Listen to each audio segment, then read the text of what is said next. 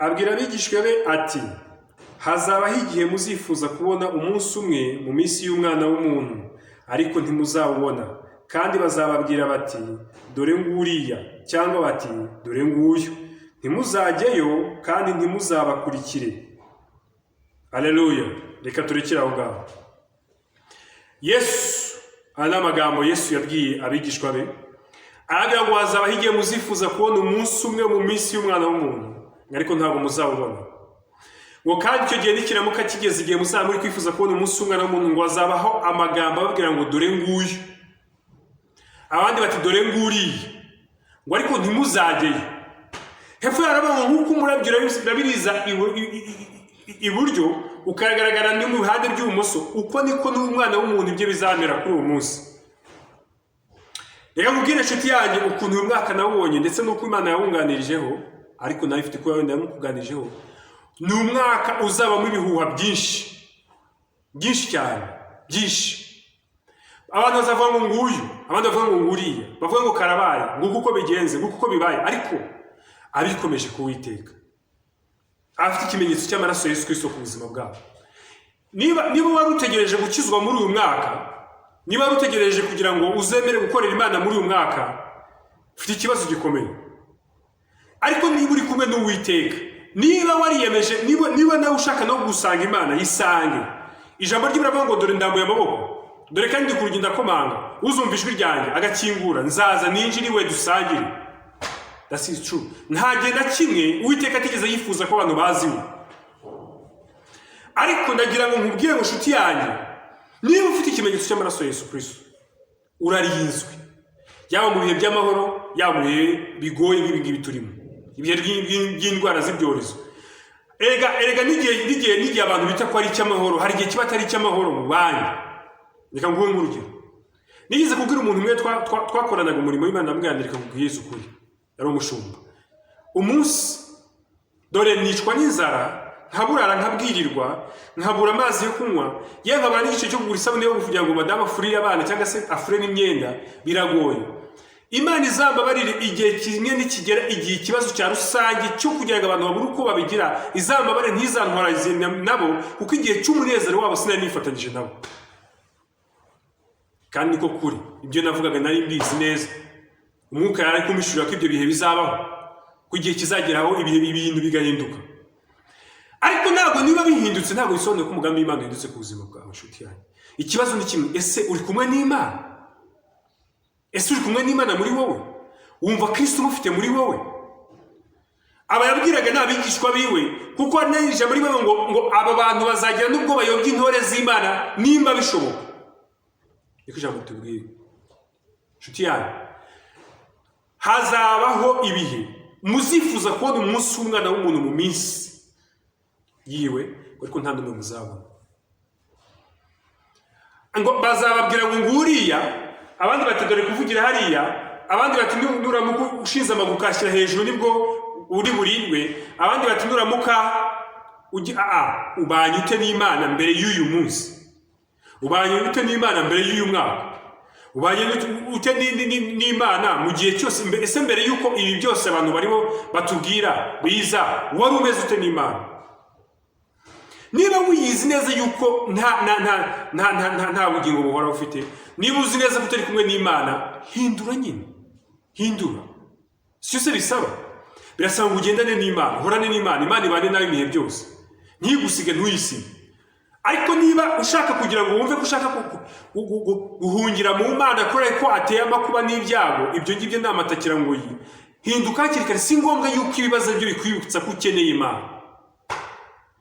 Abantu benshi birukira Imana, bajya gusenga Imana iyo bamaze kubona ibintu bitagenda neza, iyo babonye ibihombo bije, iyo babonye indwara ziteye, iyo babonye akazi kabuze, iyo babonye indwara zibateye, abantu batangiye kubona yuko hari ibintu birimo byataka ubuzima bwabo, hari ibintu biri kwataka ubugingo bwabo, ibintu biri kwataka imiryango yabo, iyo babonye bari kurwaza abana, iyo babonye bya bintu byinshi birimo biragenda bihinduka bimwe bari bagiye kwizera, iyo babonye amafarashi n'amagare bari bizeye bipfuye cyangwa birwaye, nibwo bibuka yuko Imana ijya ibera abantu amagare n'amafarashi.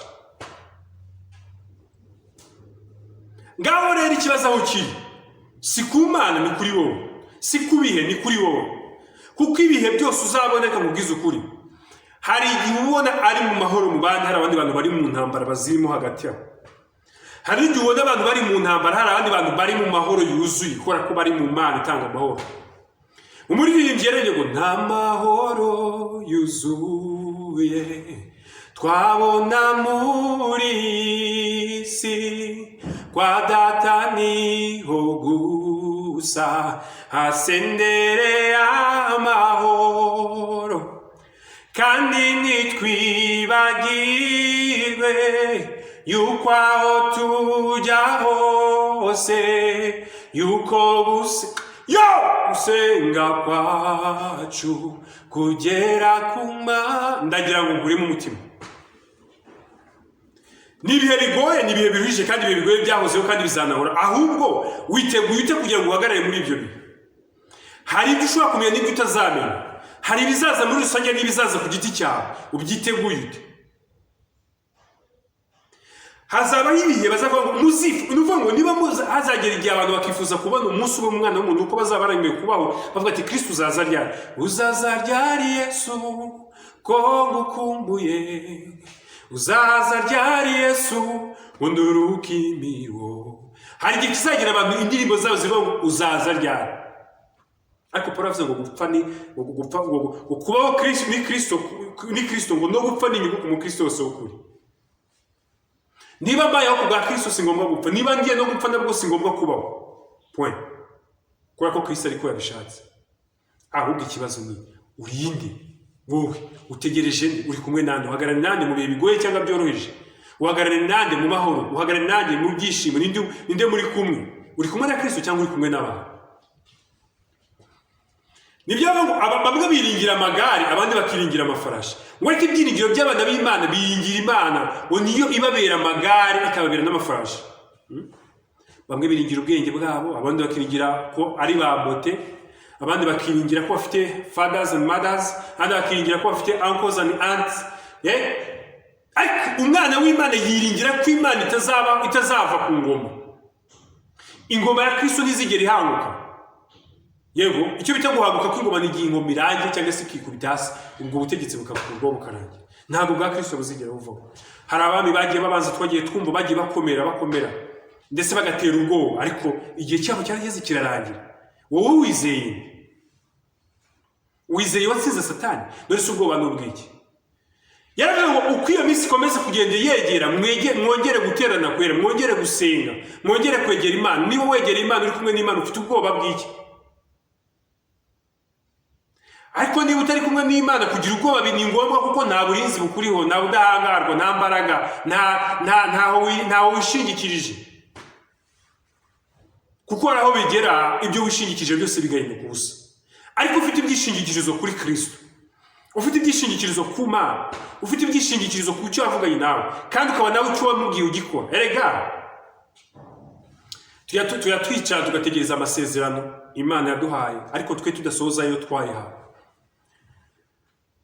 Ngo nanjye nzaba mu nzu y'Uwiteka iminsi yanjye yose nkiriho. Ahubwo wasanga ngo wabwiye Imana ngo nzaba mu nzu yawe iminsi yanjye nkiriho, nk'uko Dawidi yabivuze. Ariko wasanga uza mu nzu y'Uwiteka ariko ufite icyo ushaka kuwiteka, ariko ntacyo ntumwitayeho. Igihe ni iki ngiki cyo kugira ngo uhagarare uko uri, wereke Imana uwo uri we, uyibwire ngo Mana dore uwo ndiwe n'uyu nguyu. None rero ndashaka kuba ushaka, ndashaka kuba uwo wifuza Mwami, shimisha umutima wawe wera, zamuye ubugingo bwanjye bwose, bwiza Imana ukuri uwo uri we. Benshi bameze nk'abafarisayo bavuga ngo ndagushimiye Mana ko ntanga icya 10 n'amaturo, ko meze neza, ko nda apostle runaka, ko ndi pastor runaka, ko ndi umudiyakoni, ko ngewe nakoze ibi, ndagushimiye ko bwiza Imana ukuri ku mutima wawe, ko irakuzi, ntabwo ushaka ntabwo uyibeshye. Arabwira ngo hazaba igihe muzifuza, ngo kandi bazababwira ngo dore nguyu, dore nguriya, ariko ntimuzigire mubakurikira. For your heart, for the Holy Spirit. Kurikira umutima wawe, kurikira umwuka wera, umva icyo umwuka wera avugana nawe, bari cyo ukurikira. wavuye ku bantu, wavuye ku byo abantu bakubwira, wakoze icyo Imana ivugana nawe. Ese nta mwuka wera wowe ugira? Ese igihe tugezemo ni igihe cyo kuvuga ngo kanaka, ahubwo ni igihe cyawe n'Imana. Nshuti yanyu, egera Imana, senga Imana. Ijambo ry'Imana ngo murwanye Satani, nimuramuka mumurwanyije mufite imbaraga z'uko zabahunga, kandi mwegera Imana nayo izabemerera ibegere. Intambwe imwe ni iyawe, kuko Imana buri gihe iragushaka, ni wowe wabuze. Ufata iminota 30, isaha, amasaha 3, chat, movies, job ni ngombwa ugomba gukora, ariko kubonera Imana igihe cy'iminota 10 byarakunaniye, kuyibonera 20 byarakunaniye, gusoma iminota 2 ijambo ry'Imana byibuze ku munsi umwe byarakunaniye. Warangiza ngo ari hano, ari heze, ari hehe ko muri kumwe. Ngenda nigeze kubwira abantu ukuntu nigeze kuba ndi gusenga, mfata amasengesho y'iminsi 15 nsaba Kristo ko nshaka kumubona, nshaka ko abana nanjye anyegeye. Noneho ninjoro ndyamye ngo mbona ndimo ndasenga ndeba hejuru, mpamagara Imana, mpamagara Kristo ngo mbone ndebe, mbona turahagararanye. Uri kumwe na Kristo cyangwa uri kumwe n'abandi bantu? Uri kumwe na Kristo cyangwa uri kumwe n'imiryango? Uri kumwe n'inshuti cyane? Ese bariya bagutwarira umwanya muvugana, muri kuvugana wenda ibintu bisanzwe, story, bazaguha ubugingo buhoraho? Niba ntacyo bakumarira, zibukira, tunga Kristo, izera Imana. Ijambo ry'Imana ngo Aburahamu yizeye Imana ibimwanyiriza no gukiranuka. Ibindi biza nyuma ari imirimo, ibindi biza ari inyongera, ariko izera Imana. Nshuti yanjye, izera Imana nayo izakwizera. Ijambo ry'Imana ngo nkunda bankunda kandi abashaka umwete. Iyo Imana uyishyize mu mutima wawe ikabona niyo wiringiye, nayo ubwayo igushyiraho umutima wawe. Kubera iki? Kuko yabonye ko nawe uyizeye, kuko yabonye ko nawe uyikunze, sibyo? Ndagira ngo uranyumva neza. Reka dusoze rero. Cyangwa gusaba rero cyo gukora subscribe. Niba umvishije ijambo rigufashije, urisharinga urihe n'undi muntu nawe arikurikiye, kuko ibi tuvuga ntabwo tubivuga kugira ngo duhabwe icyubahiro, ntabwo tubivuga kugira ngo tumenyekane, ntabwo tubivuga kugira ngo tuzamurwe n'abantu. Tubivuga kugira ngo Imana yacu ihabwe icyubahiro, kuko nivugira muri twebwe. Twe turakora ariko dukoreshwa nayo. Imana ibahumugisha. Reka dusenge Imana. Imana ndagushimiye, ndaguhimbaje kuri Imana nziza. Ndagushimiye Mwami Yesu, ndagushimiye wowe wadupfiriye ku musaraba ukatubambirwa, wahise ukatwegereza. Ijambo ryawe ngo ntawe umenye umwana data atamumenyesheje, uratwimenyesha, turakwegera.